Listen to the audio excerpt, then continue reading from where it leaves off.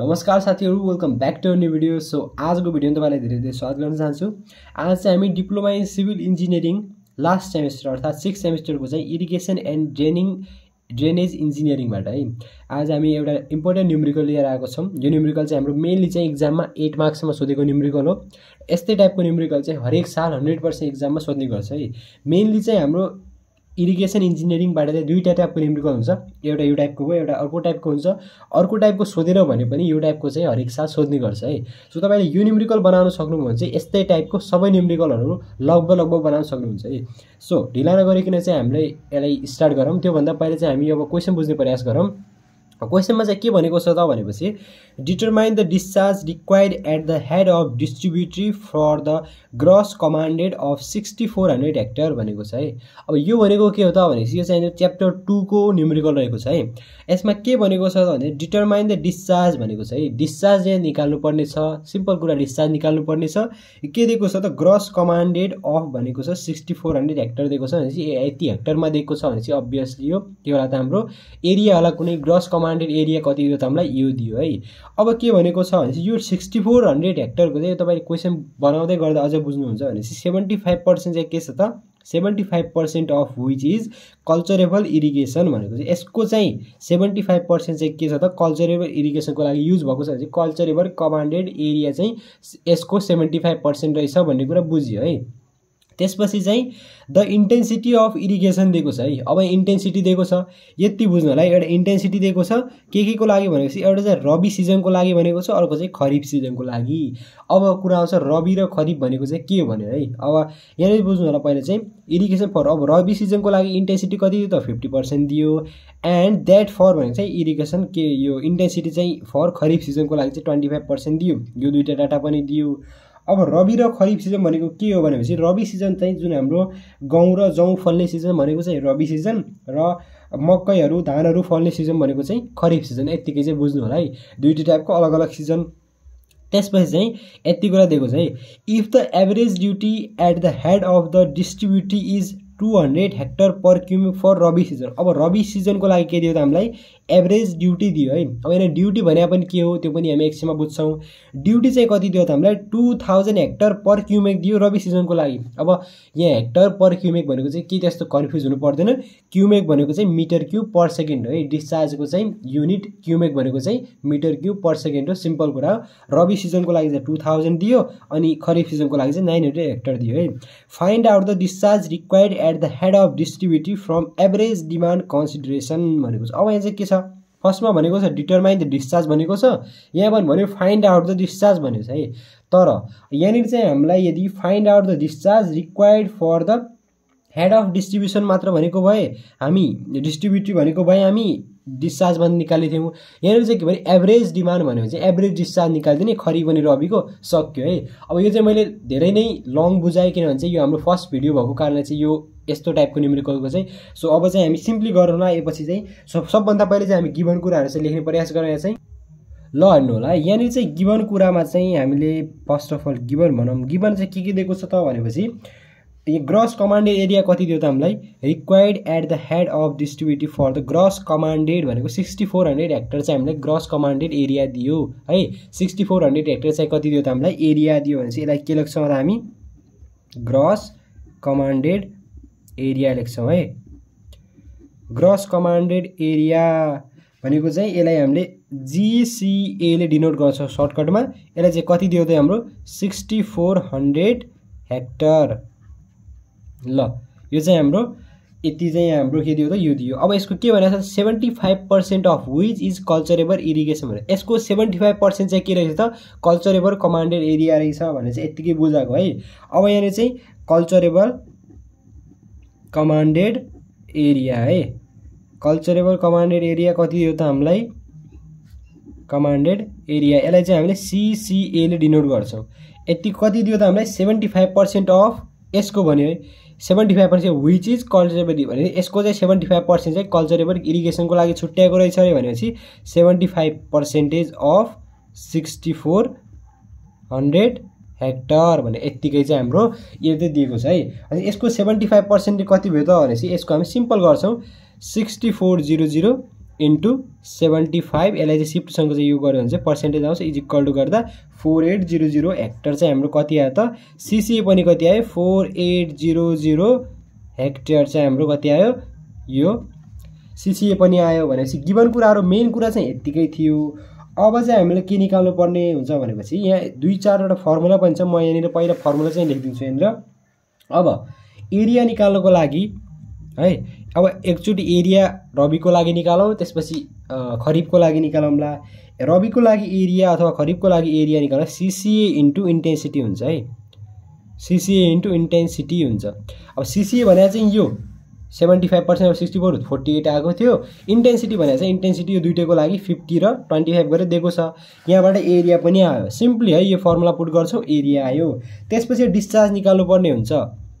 ल डिस्चार्ज भनेको चाहिँ यहाँ अलिकति फरक फर्मुला हुन्छ किनभने भ्यालु फरक हुन्छ भने डिस्चार्ज निकाल्नको लागि चाहिँ एरिया अपन ड्युटी भनेको हुन्छ है। ड्युटी भनेको चाहिँ त्यो वाटरले चाहिँ कति टाइम लाउँछ त त्यो ठाउँलाई इरिगेट गर्नलाई हो त्यसलाई चाहिँ हामी ड्युटी भन्ने हो है। अब कतिलाई ड्युटी सोधेको होला भनेपछि एरिया यो यसलाई यता लिएर चाहिँ हामी योसँग गरौँला। एरिया सोधेको छ भने चाहिँ यो इन्टु यो गरौँला हो। यसरी चाहिँ हामी यसलाई निकाल्छौँ है। ल यति दुईटा फर्मुला युज गरेर चाहिँ हामी यसलाई सल्भ गर्ने प्रयास गरौँ है। ल अब यतिकै रहेको छ। अब यसमा चाहिँ सबभन्दा पहिला के गरौँ त हामी नाउ एरिया निकालौँ है। एरिया फर रबी क्रप भनेको रबी सिजनमा चाहिँ रबी क्रपमा चाहिँ जुन के हुन्छ भनेपछि गहुँ र जौ तिनीहरूको लागि चाहिँ हाम्रो रबी क्रपको लागि चाहिँ एरिया कति होला त भनेपछि सीसीए इन्टु इन्टेन्सिटी अफ रबी भनौँ है। अब सबै क्वेसनमा दिएको कुरा हामीलाई सीसीए कति छ त यहाँनिर सीसीए भनेको चाहिँ 4800 दिएको छ। इन्टेन्सिटी फर रबी भनेको चाहिँ 50% भनेको छ। Irrigation for rabi season is intensity of irrigation for rabi season is 50% and that for kharif season is 25% भनेको 50% भनेको चाहिँ 4800 मात्र भएन यसको पनि पर्सेन्टेज भनेपछि कति होला त हाम्रो यो भनेपछि 4800 इन्टु 50 यो पर्सेन्टेज गर्दा यहाँ छ 2400 आउँछ है। 2400 के हो त एरिया हो भनेपछि के आयो त हाम्रो हेक्टर आयो। ल यतिकै चाहिँ हाम्रो यसको एरिया आयो। त्यस्तै अब खरिफको पनि एरिया निकाल्छौँ हामीले। एरिया फर खरिफ क्रप भनेको चाहिँ ल अब मकैको लागि एरिया के होला त same formula CCA into intensity मैले आइले डिनोट गरिदिए।